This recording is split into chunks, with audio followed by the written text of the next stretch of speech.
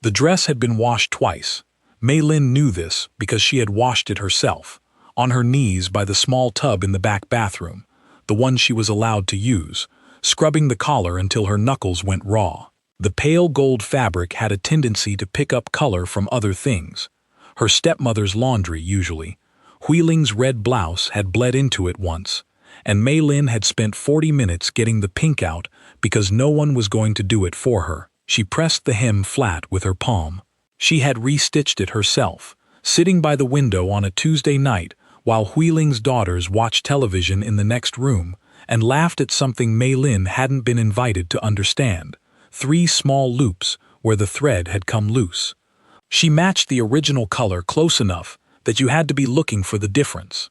Nobody was ever looking for the difference. She stood at the mirror in her room, the small one above the sink, not the full-length one in the hallway that belonged to the rest of the house, and told herself this year would be different. She said this every year. She almost believed it every year.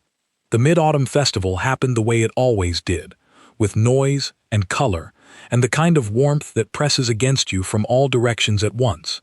The kind of warmth that has nothing to do with temperature. The festival ground sat at the edge of the old district, where the narrow streets opened up into the big square, and every year the city dressed it like a fever dream. Paper lanterns in red and gold, strung so thick between the rooftops that they blocked out patches of the sky. Vendors calling out in voices that layered over each other until the sound became a single roar. Families moving in slow currents through the stalls. Children already carrying the sticky evidence of earlier snacks on their chins. The moon was enormous. It was always enormous on this night, like it had been held back all year and finally let out. Mei Lin noticed it first, before she noticed anything else. She stopped for half a second at the entrance, just at the threshold where the festival smell hit. Fried dough and incense and something sweet she could never identify, something her mother used to call moon smell, which was not a real thing but felt completely accurate, and she looked up. Her stepmother did not stop. "Keep up," Huiling said, "not mean." That was the thing about Huiling. She was never outright mean. She just spoke to Mei Lin the way you speak to a piece of furniture you've grown tired of rearranging. Brief, practical, no particular feeling in it. Mei Lin kept up. There were 4 of them. Huiling, her 2 daughters Xiao and Fen, and Mei Lin. They moved through the entrance together, but the shape of them told you everything. Huiling walked in front, one hand on Xiao's shoulder, the other occasionally brushing Fen's elbow when the crowd pressed. The 3 of them formed a small knot, tight and natural, the way families move when they've spent enough time together that proximity is unconscious. Mei Lin walked 3 steps behind, not because anyone told her to. That was the worst part. Nobody had ever said walk behind. Nobody had ever drawn the line. The line existed the way the air existed, just there, taken for granted, requiring no explanation. She had learned it slowly, the way you learn which floorboards creak, which jokes not to make, which rooms to clear out of before the mood in the house shifted, which version of herself was least inconvenient. 3 steps behind. That was her distance. She watched the lanterns and told herself she was fine. She had been to this festival every year since her mother died. 6 years. 6 years of this exact dress, or something close to it. 6 years of this exact distance. 6 years of watching families from the inside of a group that looked like one but wasn't. She didn't let herself think about her mother at the festival. She'd made this rule early. Year 2, when she'd broken it, and ended up sitting on a curb behind a vegetable stall for 20 minutes, holding herself very still, waiting for the feeling to pass. The moon smell had found her even there, so, no thinking about her mother. She thought about the lanterns instead. She thought about how the red ones were supposed to carry wishes up. She thought about which stall she might visit if she had the chance to wander. She thought about the red bean cake vendor near the East Arch, who had been there every year, and who made the kind with the salted egg yolk center that she had only ever had at this festival because it was the kind of small, specific luxury that required either a generous family or emergency money. She kept her emergency money in her left shoe. Her mother had taught her that. Keep emergency money in your shoe, because nobody goes looking in your shoe. She pressed her toes against it now, the small folded square of it. Just to check. We're going to find seats near the performance stage, Huiling said. They had been at the festival for maybe 20 minutes. The moon stage was where the formal ceremony happened. The lantern release, the musicians, the traditional dancers. Good seats filled fast. All right, Mei Lin said. You wait here. Huiling pointed at the pillar near the east arch, the one wrapped in red fabric with the gold rope. We'll come back for you after we're settled. Mei Lin looked at the pillar. Then she looked at Huiling. Huiling was already turning away, one hand on Xiao's shoulder, steering toward the crowd. Which pillar? Mei Lin said, but the crowd had already taken them. She waited. She was good at waiting. She had gotten very good at it over 6 years, the way you get good at things you do often enough. Not with pleasure, not with peace, just with a kind of flat competence. She stood by the pillar in her twice-washed gold dress, and she watched people move through the festival around her, and she waited. The first ceremony began. The lanterns went up, dozens of them, then hundreds, the crowd releasing them on the count of 3, and the sky filling with ascending light, all that warm gold rising against the dark, until you couldn't tell the lanterns from the stars they were climbing toward. People gasped. Children pointed. Somewhere behind her, a woman made a small sound that was almost a sob. The good kind, the overwhelmed kind, the kind that happens when beauty arrives faster than you're ready for it. Mei Lin watched the whole thing alone. She stood in the middle of 10,000 people and watched. When it ended, she waited a little more. She gave it another 15 minutes. She walked to the second red pillar, in case she'd misunderstood. She walked to the third. She walked to the fourth, where a vendor had parked a cart, and she stood there for a moment and did the math very clearly and cleanly, the way you do when you already know the answer and you're just giving yourself time to accept it. She had been set down somewhere inconvenient, filed away. The evening had continued without accounting for her. She stood by the fourth red pillar, by the vendor with the cart, and she looked at what he was selling. Red bean cake, the kind with the salted egg yolk center. She took the emergency money out of her shoe. It cost less than she expected, which was either luck or a small mercy from the universe, which had otherwise been ungenerous. She paid. She received the cake wrapped in a square of paper. She ate it standing up, right there, by the vendor cart, with the festival moving around her like a river around a stone. It was very good. It was the best thing she had eaten in recent memory, which was partly because of the salted yolk, that sharp, specific richness that hit the back of your tongue like a secret, and partly because of the other thing, the thing she wouldn't name, the thing that made food taste better when you've stopped pretending you're fine and just admitted, quietly, to yourself, that today is a hard day and you deserve something good. She ate the whole thing. She licked the paper. She told no one. That was when she first noticed him. Not right away. It took a few minutes of standing there, feeling slightly better and slightly more herself, before she became aware that someone in the crowd had changed direction. Not in a dramatic way. Not in any way that would have registered if she'd been with a group, absorbed in conversation, occupied with the business of being wanted. She had nothing to be occupied with. So she noticed. He was tall enough that he sat slightly above the crowd line, which made his movement through it different, not pushing but parting.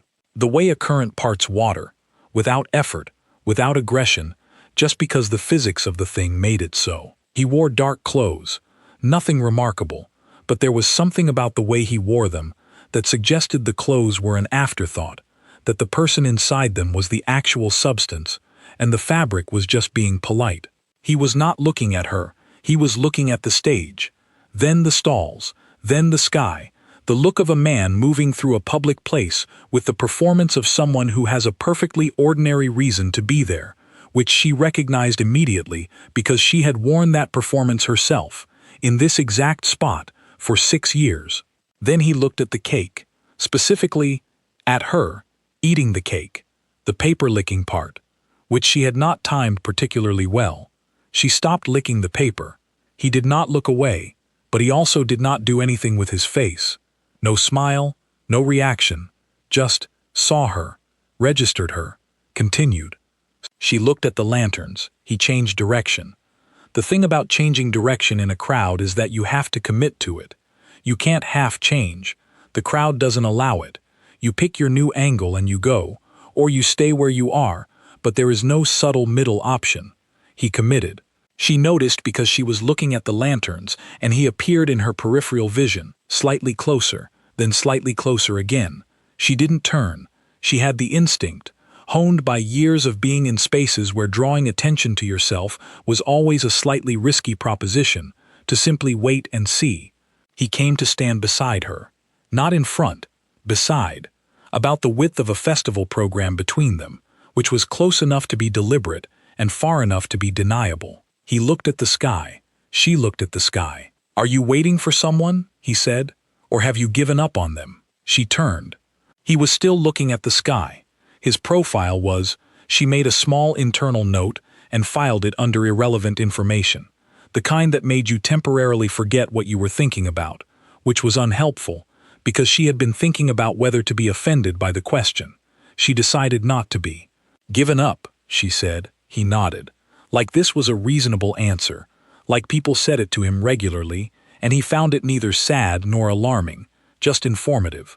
"How long ago did you give up?" She considered. "About 20 minutes, maybe 25. "Efficient," he said. "I waited at 4 pillars first." "Thorough," he said, and then efficient. She almost smiled. She caught it before it happened, which was a reflex she'd developed, keeping her reaction slightly interior, slightly delayed, because she had learned that letting things show on your face was a kind of vulnerability, and vulnerability was something you managed carefully.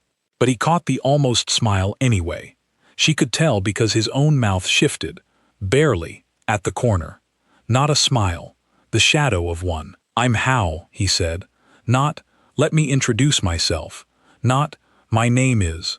Just the name, offered without ceremony, the way you'd hand someone something they'd dropped. "Mei Lin," she said. "Do you want to walk?" Mei Lin. She looked at him.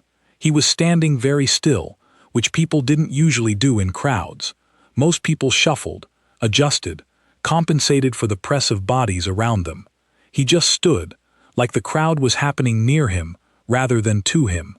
She did not know him. This was a fact. She applied it as a fact. She also noted he had not stepped closer. He had not touched. He had asked, which meant she could say no, and the way he asked suggested he would accept no without making it a thing, which was rarer than it should have been. She thought about the 4 red pillars. She thought about the lanterns she had watched alone. She thought about her emergency money, now spent, sitting in her stomach in the form of salted egg yolk. "I don't know you," she said. "That's true. That's not. I wasn't agreeing to anything." That was an objection. "I know," he said. "It's a reasonable objection. I'm just telling you that you're right, and I'm also offering to be known. Those two things can coexist." She looked at him for a moment. He looked at the lantern stalls, patient, like the question was still open and he was fine waiting. "Just walking," she said. "Just walking," he agreed.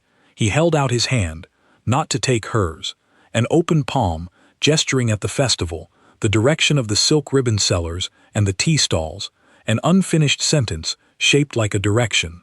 She walked. The first 15 minutes were quiet, not uncomfortable quiet. There's a difference between the quiet that sits between strangers who don't know how to start and the quiet that sits between people who are both deciding what is worth saying. He seemed to know the difference. He didn't fill the space with noise. He didn't ask her easy questions designed to seem like listening while actually being performance. He looked at things. She looked at things. Occasionally one of them looked at the same thing as the other, the silk ribbon stall. A child sitting on her father's shoulders, both hands wrapped around the father's head like he was a very important hat. An old man selling carved wooden toys with a kind of total concentration that suggested he was not thinking about anything else on earth and was absolutely correct not to. "What are you looking at?" he asked. The old man. "Why? He looks like he's only here," she said, "like there's no other version of him somewhere else, thinking about something he has to do later." Hal looked at the old man. That's a generous read. Maybe. Or maybe some people just know how to be somewhere. He looked at her then, directly, for the first time. Not a glance, an actual look, the kind that takes a moment. "You're not most people," he said. It was not a line. She was sure of this, because lines have a specific quality. They arrive with intention, with the small weight of hope riding them, the user aware they are being deployed. This was just a sentence. True in the way an observation is true, stated because it was accurate, not because it was supposed to produce something. She didn't answer, but she stopped walking slightly slower than before, which meant he had to adjust his pace, which meant they were now walking side by side with 6 inches less between them than before. Neither of them mentioned this. He bought her tea. She hadn't asked. She also hadn't said no, because he hadn't asked her. He'd simply paused at a tea stall, ordered 2 cups, in a voice that implied this was already decided, and handed one to her, not with any ceremony. The way you hand a person something they are clearly going to need. It was osmanthus tea, the flower kind, served hot in a paper cup that warmed her hands through. "How did you know I'd want this one?" she said. "You stopped at it, twice." She had stopped at it twice. She hadn't realized she'd done it twice. She was slightly annoyed at having been read that precisely by a man she'd known for approximately 25 minutes. "You're observant," she said, in a tone that contained a small amount of "this is not purely a compliment." "Sometimes," he said, "usually when it matters." "What tells you when it matters?" He thought about this. Actually thought. She could see it, the moment of genuine consideration before answering, which was different from the pause people use when they're composing something they want to sound thoughtful. "Something quiet," he said finally, "when someone's being too still for what's happening around them." She held her teacup and did not say anything. He sipped his. She told him about the lanterns without meaning to. It happened because they had reached the end of the stall row, where it opened up onto the smaller square, the one that wasn't part of the main festival, the one the locals used, where families came to do the folding. The paper lanterns here were unlit, sold flat, meant to be assembled and carried rather than released. A woman at the end table was demonstrating the fold to a group of children, her hands moving with the automatic grace of something practiced 10,000 times. Maylin stopped. She stopped in the way she hadn't meant to, the way your body sometimes makes a decision before your mind catches up, and she stood at the edge of the square and watched the woman fold. "You know that fold," Howe said. It wasn't a question. "My mother taught me," she said. Her hands moved. Both of them, coming up slightly, the fingers adjusting to a position they hadn't been asked to assume, muscle memory reaching for something that wasn't there. She noticed her hands doing it. She stopped them. Past tense. Taught. She never said more than that. He didn't ask more than that. He looked at the lantern table. He looked at her hands. He walked to the table, picked up a flat paper lantern, the red ones, the wish-carrying kind, and brought it back and held it out to her.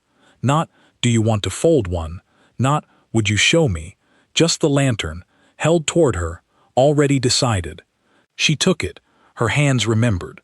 The fold happened in sections, the base first, the 4 corners meeting, the middle rising, and her hands moved through it, the way water moves through a channel it has moved through before, finding the shape without looking for it.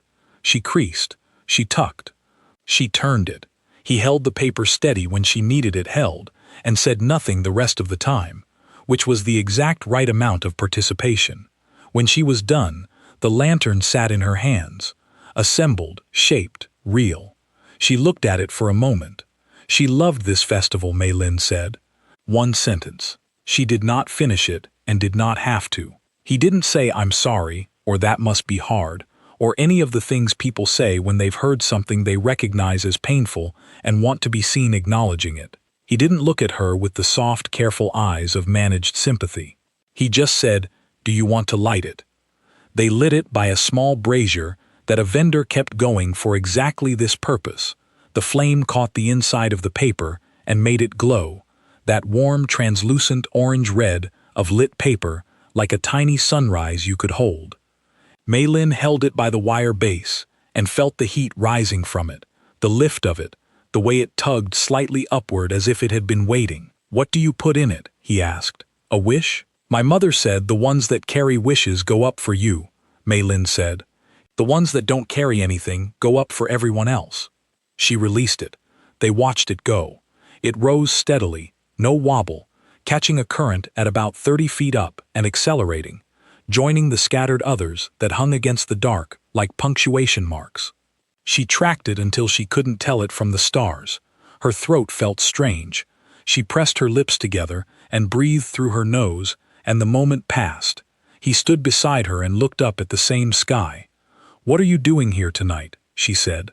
The question arrived out of the comfortable quiet they had rebuilt after the lantern, and she realized as she said it that she had not asked him anything about himself in over an hour, which was either very rude or very telling about the state she'd been in. "Walking," he said. "That's a non-answer." "It is," he agreed pleasantly. "Were you here with someone?" "People," he said. "Not exactly with. Near." She looked at him sidelong. "That's a very careful distinction. It's an accurate one." He paused. "I find events like this easier with a reason to leave them." "And what's your reason tonight?" He looked at her. "I found one." She turned that over. She decided not to be flustered by it, which required a certain amount of effort that she chose not to acknowledge. "You don't talk like most people," she said. "Neither do you." "I talk fine." "You talk exactly fine," he said. "That's not the same as how most people talk. Most people talk around things. You land on them. Directly, like you've run out of patience for the longer route." She thought about this. 6 years, she said, of living in a house where nobody talked directly about anything. You either learn to do it yourself, or you forget how entirely. She had not planned to say that. It came out the way true things sometimes did. Sideways, through a gap she hadn't noticed was open. He did not pry at the gap. 6 years is a long time, he said simply. "Yes," she said. "It is." They kept walking. She heard wheeling before she saw her. The voice, high, slightly bright, the specific register Huiling used when she was performing pleasantness for an audience. Mei-Lin had memorized this register the way you memorize the sound of a door that opens and closes at a particular hour, not because you want to, but because your nervous system has done it for you without being asked. She turned. Huiling was coming through the crowd with Xiao and Fen on either side of her, moving toward them with the practiced unhurriedness of someone who has spotted something valuable and does not want to appear to have spotted it. The transformation happened in the space of 2 seconds. The eyes first, that quick scan of how, the calibration. Then the smile, which was warm in the way that things are warm when warmth is a strategy. Then the hands. Huiling touched Mei-Lin's arm, the lightest possible touch, and said, "There you are, dear," in a voice that suggested they had been separated accidentally, that this was a small mishap in an otherwise pleasant family evening, that the 4 red pillars had not happened. Mei-Lin stood very still. She had learned to go still the way a lake goes still, in the absence of wind, not because anything was wrong, not visibly, but because stillness was the safest response when you didn't know what you were being asked to participate in yet. "I was so worried," Huiling said, to the general vicinity of Hao, making it technically not a lie since she had addressed no one specifically. "We got separated," Mei-Lin said. Huiling smiled. "The crowds. You know how it gets." She put her hand on Mei-Lin's shoulder.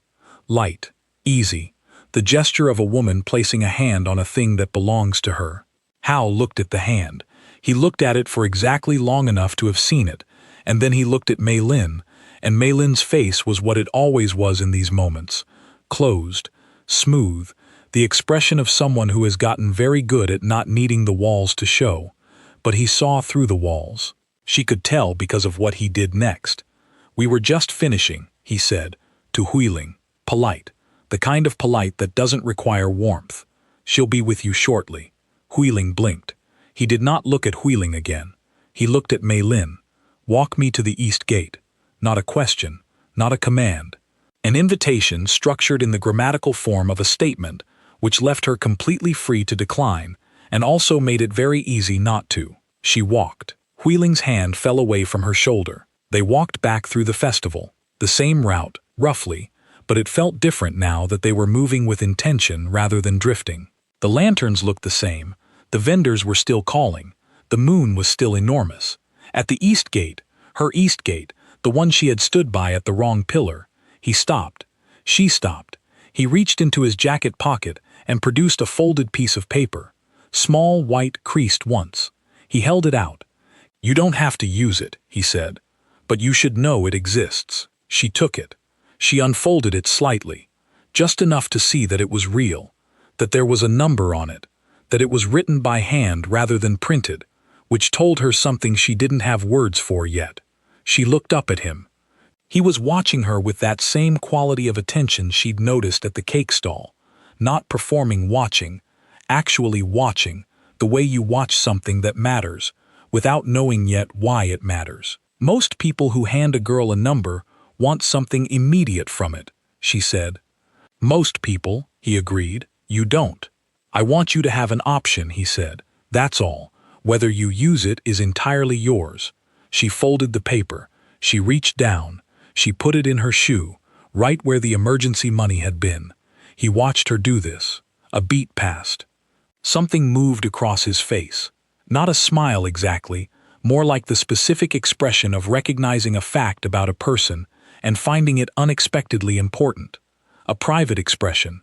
He hadn't meant for her to see it, probably. She saw it. "Goodbye, Hao," she said. "Goodbye, Mei Lin." He walked back into the crowd. She watched him go, or tried to, but he moved the way he'd moved when she first noticed him. Not pushing, just parting, and then the crowd closed behind him, and he was gone. She stood at the east gate in her twice-washed gold dress, and breathed the moon smell, and held the particular feeling of the moment, without trying to name it. Huiling found her there 2 minutes later. "Who was that?" Xiao asked. Immediately, with the energy of someone filing information. "Someone I met," Mei Lin said. "He was very important looking," Fen said. "Was he someone?" Huiling said. The way she said someone meant a very specific thing. It meant, does this person have anything to do with anything useful? "He was just someone," Mei Lin said. Huiling was already reconstructing the evening into a version of itself that would work for her. Mei Lin could see it happening, the way the story was being assembled in real time, the pieces sorted and arranged.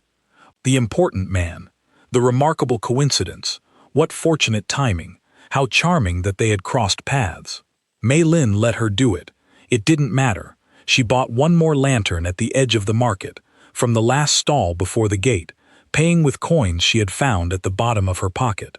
She folded it herself, in the dark, by memory. She wrote nothing on it. She released it. It went up with no particular drama, steady, simple, climbing until it joined the others, until it was just a point of warm light among many points of warm light, indistinguishable, anonymous. For everyone else, she watched until she couldn't. Then she went home. She sat on the edge of her bed in the pale gold dress. The house was quiet. Huiling and the girls had come back talking, and she had excused herself and gone to her room and closed the door, and sat on the edge of her bed and did not do anything for a while. Just sat. The way you sit after something has happened and you're not sure yet what it means, and you know that trying to figure it out immediately is a mistake, that some things need to sit in the room with you for a while before they become clear. The moon was visible through her small window, still enormous, still the same one. She reached down. She took off her shoe. She unfolded the paper. The number was there. Handwritten, clean. 7 digits and a name. Just the one name. No title, no identifier, nothing that explained who he was, or what any of this was, or what she was supposed to do with it. She read it 3 times. She put it on her nightstand. She did not call that night. She lay down in her twice-washed dress because she didn't want to take it off yet, which was either sentiment or exhaustion or both, and she looked at the ceiling and listened to the house settle around her and thought about muscle memory and how your hands can remember things your mind has worked so hard to put away. She thought about the lantern she'd folded, how it had sat in her hands perfectly, how that had surprised her. She thought about a man who had seen her eating cake alone and had not looked away, who had walked to where she was and stood beside her and asked a single honest question and listened to the actual answer. She thought about the way he had seen Huiling's hand on her shoulder, the way he had looked at it. She closed her eyes. Outside, Somewhere across the city, the last of the festival lanterns were still climbing. The moon was still up there, holding everything it always held. She breathed in, out. The paper on her nightstand said nothing. Being paper, she was not going to call. She was absolutely not going to call tonight, or possibly tomorrow, or possibly at all, because she was a person who had learned to not need things she wasn't sure she could have, and she was very good at not needing things. She had gotten excellent at it. It was one of her best qualities. Honestly, possibly her most finely developed skill. The paper sat on the nightstand. She looked at the ceiling. She was not going to call. She called on the third day, not because the waiting broke her, because she was walking home from the market with vegetables in a bag, and a cloud moved in front of the moon, daytime moon, pale and partial, and she thought, completely without permission, he would have noticed that too. She stopped walking. She called. He picked up on the second ring. "Mei Lin," he said. Like he had been waiting for this exact thing and had also been fine if it never came. She stood on the street with her vegetables and her shoe money and her twice-mended dress folded at home in a drawer, and she said, "I didn't think I was going to call." "I know," he said. "That's not—" "I know," he said again, gentle. "Tell me what changed." She looked up at the pale daytime moon. "The moon," she said. A beat of silence. "Yeah," he said. "It does that." She didn't smile. "Close."